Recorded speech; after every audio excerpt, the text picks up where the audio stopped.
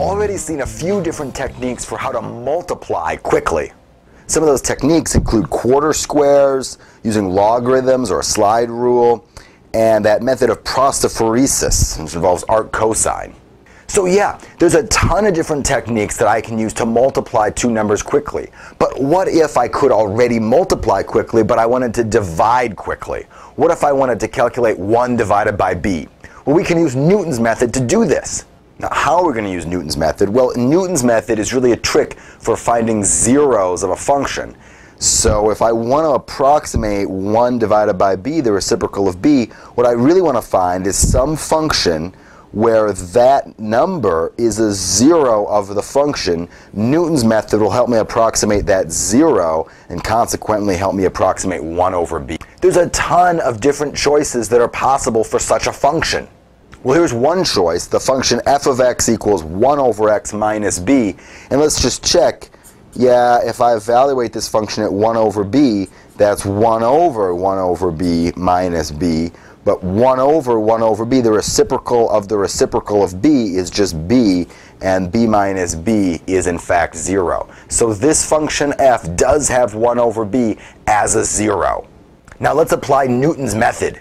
So how are we going to do this? Here's the formula for Newton's method, right? This is iterative formula. My next guess is my old guess minus this fraction, the function evaluated at my old guess divided by the derivative evaluated at my old guess.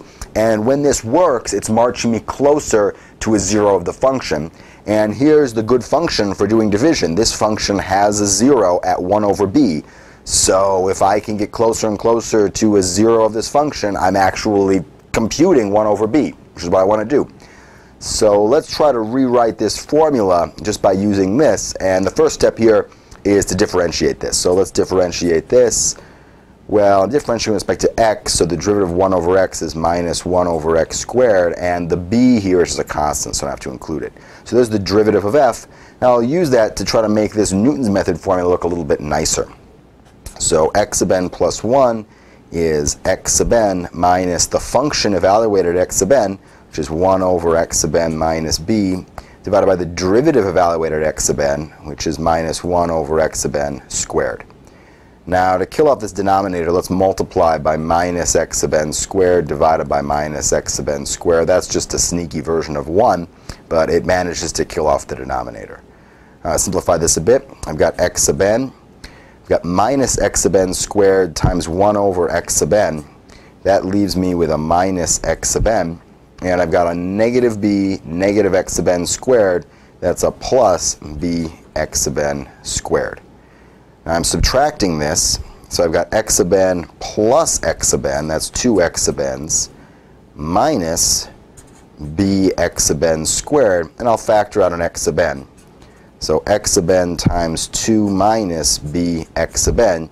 And what I've got here now is an iterative formula that, at least when it works, applying this iterative formula is going to move me closer and closer to 1 over b.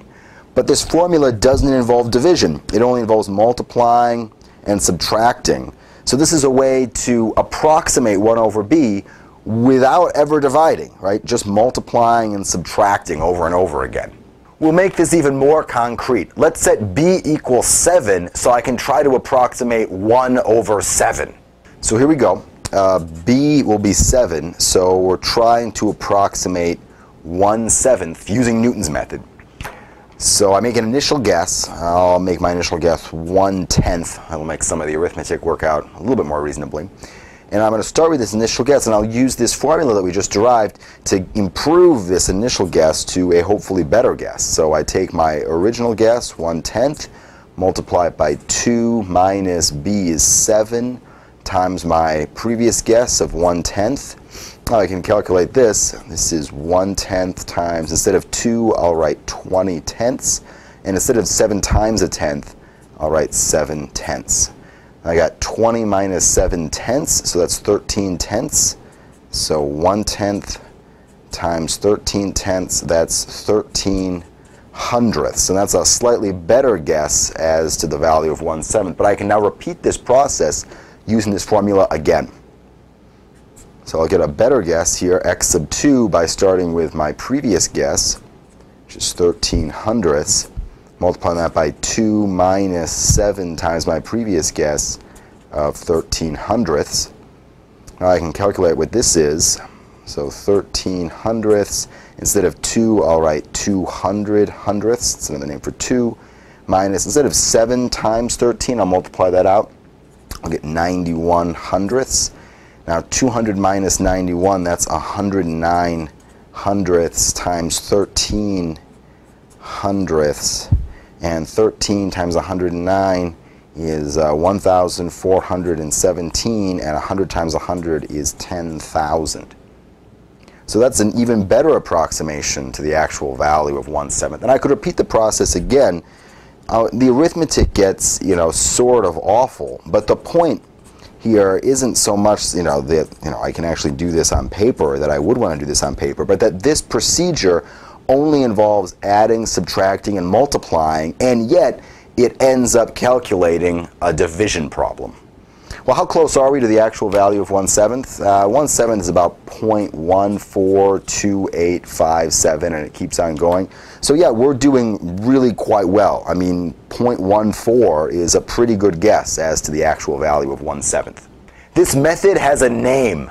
So this technique usually goes by the name Newton-Raphson division, and we just saw that it works for finding reciprocals, but if you can find reciprocals and you can multiply, you can do division in general.